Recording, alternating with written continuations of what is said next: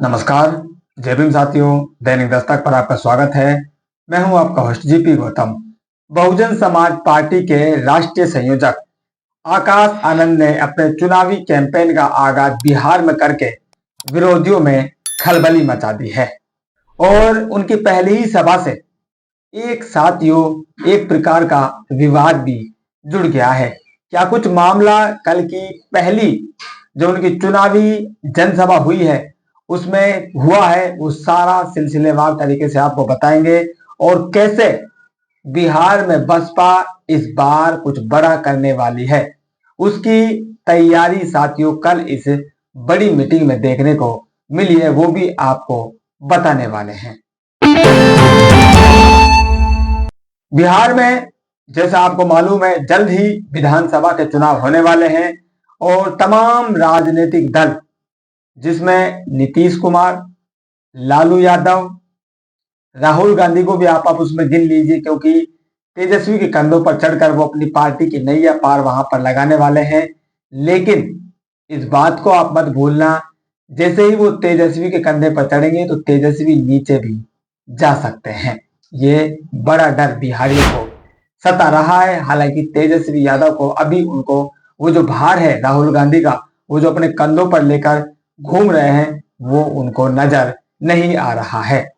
खैर, इन सभी के बीच बहुजन समाज पार्टी अपनी लड़ाई बिहार वासियों के लिए अकेले लड़ने के लिए तैयार है और जिसकी शुरुआत उसने आकाश आनंद के कल के सर्वजन हिताय जागरूक यात्रा से करके बता दी है।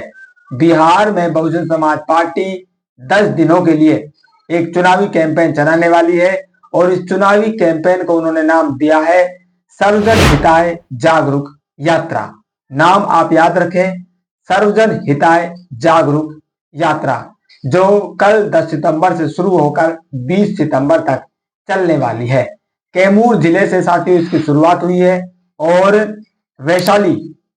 वैशाली में जाकर इस यात्रा का समापन किया जाएगा। और आपको बता दें कि कल की जो बैठक कहें, जनसभा कहें, चुनावी जनसभा कहें, रैली कहें, महासभा कहें, ये जो भी चुनावी जनसभा आकाश आनंद की हुई है, इसमें साथियों आकाश आनंद का एक नया रूप देखने को मिला है।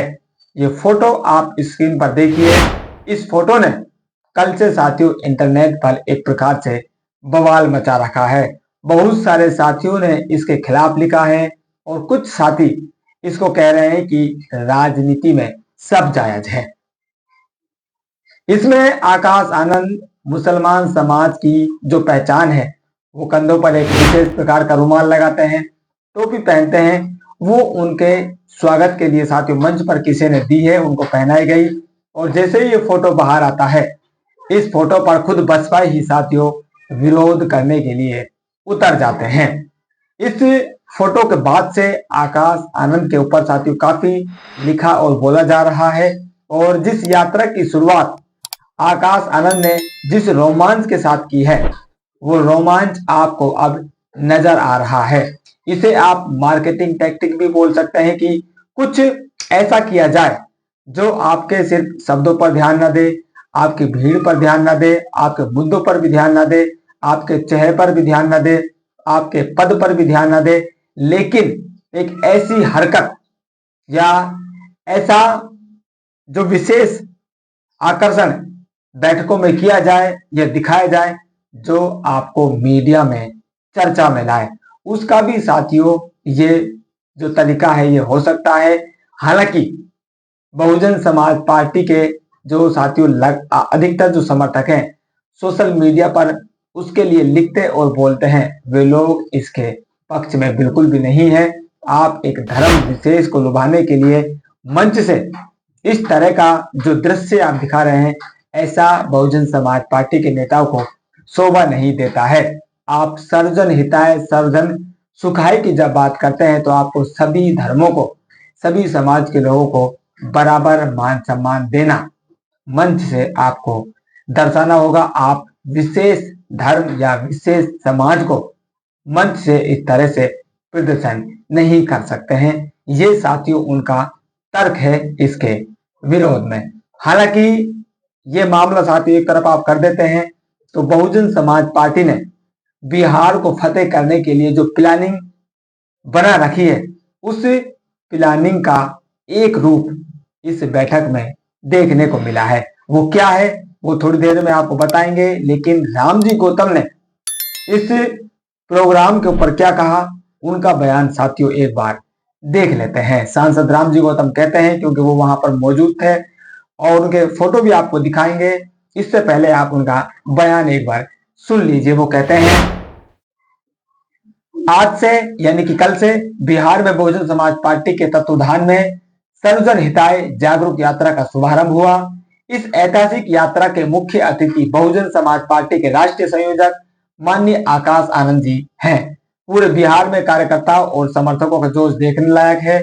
हजारों की भीड़ नीले झंडों के साथ सड़क पर उतरी और बहुजन आंदोलन के प्रति अपनी निष्ठा दिखाई। यह जनसैलाब साबित करता है कि बिहार में परिवर्तन की बयार चल चुकी है। बहुजन समाज पार्टी द्वारा निकाली गई यह यात्रा सामाजिक न्याय, समान अधिकार और बहुजन समाज की सशक्त आवाज बनने जा रही है। बिहार की जनता द्वारा लाया गया ये नीला समुद्र जीत की सुनामी का संकेत है। और उन्होंने एक हैशटैग और दिया है, बीएसपी के बयार चल रहल बा बिहार में।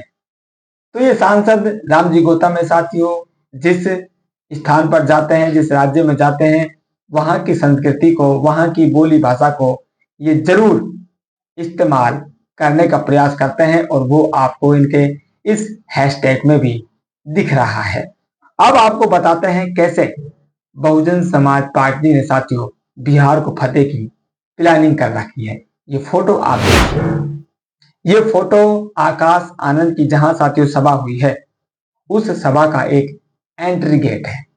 ऊपर आपको बहुजन महापुरुषों के साथ बसपा के जो तमाम वर्तमान लीडरशिप है वो आपको दिखाई दे रही है और दाएं बाएं का साथियों जो गेट है उसमें आपको एक नेता नजर आ रहा है। उस नेता का नाम आप पढ़ सकते हैं, ओम प्रकाश दीवाना, और उसके नीचे लिखा है प्रत्याशी बीएसपी 204 मोहनिया सुरक्षित विधानसभा। इसका मतलब आप समझ रहे हैं, इसका मतलब है साथियों अभी बिहार में चुनावों का ऐलान नहीं हुआ है, लेकिन बहुजन समाज पार्टी ने अपने प्रत्याशी फाइनल भी कर लिए हैं। बिहार में चुनावों की घोषणा अभी नहीं हुई है, लेकिन बसपा ने बिहार में अपने प्रत्याशी घोषित कर दिए हैं। ये साथियों बड़ी प्लानिंग बसपा की इस द्वार से, इस फोटो से सामने आई है। मीडिया में इसकी चर्चा आपको शायद ही सुनाई दे, लेकिन हमने साथियों इस बात को आपके लिए पकड़ लिया है। बहुजन समाज पार्टी की ये जो साथियों तैयारी चल रही है, पिछले 1-1.5 साल से सांसद रामजी गौतम के नेतृत्व में जो तैयारी चल रही थी, अब वो तैयारी आपको बाहर धीरे धीरे दिख रही है। ये जो ओम प्रकाश दीवाना है 204 मोहनिया सुरक्षित यानी कि जो एससी रिजर्व सीट है, वहां से इनको प्रत्याशी बहुजन समाज पार्टी ने बना रखा है। जब साथियों प्रत्याशी पहले से सेट है, तैयार है, तो वो जनता के बीच अपना मैसेज लेकर अब तक कई बार जा चुका होगा। उसके कई कार्यक्रम उसने अपने स्तर पर लगा दिए होंगे और मोहनिया की जो जनता है ओम प्रकाश दीवाना को अच्छी तरह से जान और पहचान भी चुकी होगी। तो बहुजन समाज पार्टी की साथ ये जो प्लानिंग चल रही है, वो तमाम राजनीतिक दल सड़कों पर हो हल्ला मचाने में व्यस्त हैं, वहीं बहुजन समाज पार्टी जमीन पर अपने प्रत्याशियों को फाइनल करने में जुटी हुई थी। ये बड़ी प्लानिंग साथियों बसपा की इस पहली जनसभा से सामने आई है। आप लोगों का मानना क्या है?